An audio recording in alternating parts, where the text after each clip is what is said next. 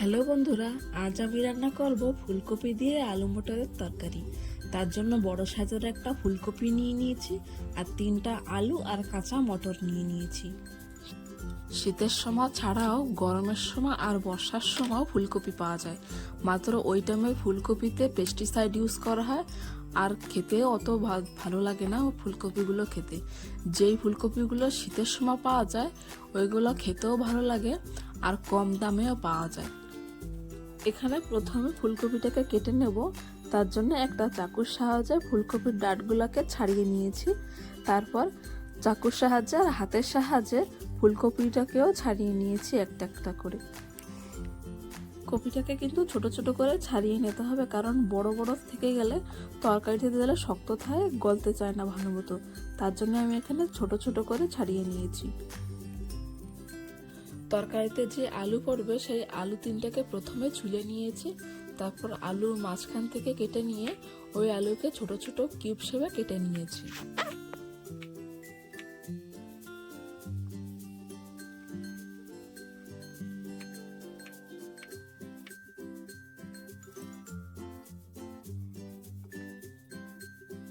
তারপর কেটে রাখা ফুলকপিগুলোকে 2 মিনিটের মতো গরম জলে ভাপিয়ে নিয়ে তারপর কাঁচা মটর ছুলে ওটাকেও সেদ্ধ করে তুলে রেখেছি।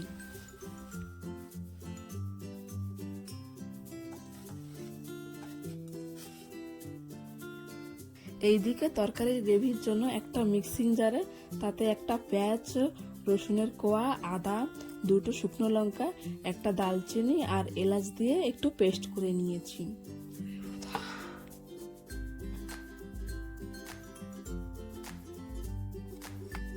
তারপর একটা পেঁয়াজ, 2টো টমেটোকে কুচি কুচি করে কেটে নিয়েছি।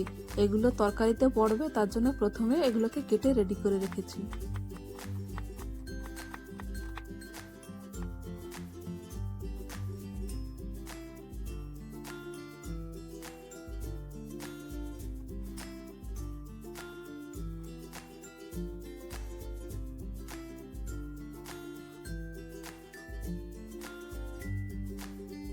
কড়াইতে 2 চামচের মতন সর্ষের তেল দিয়েছি। তেলটা যখন গরম হয়ে যাবে তারপর ভাপিয়ে রাখা ফুলকপিগুলো দিয়ে দিয়েছি। তাতে হলুদ আর লবণ দিয়ে ভালো মতো ফুলকপিগুলো ভেজে তুলে রাখতে হবে।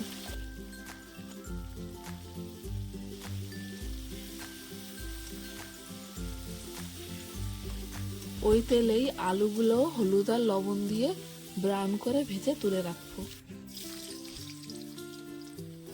ফুলকপি আর আলু ভেজে যে তেল থেকে যাবে ওই তেলেই জিরে ফুটিয়ে পেঁয়াজ আর টমেটোকে ভেজে নিতে হবে।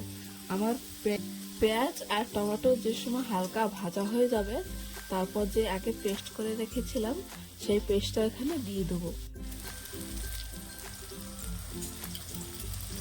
তারপর এতে পরিমাণ মতো লবণ, হলুদ, লঙ্কা গুঁড়ো আর জিরে গুঁড়ো দিয়ে পেস্টটাকে আচ্ছা মতো ভেজে নিতে হবে।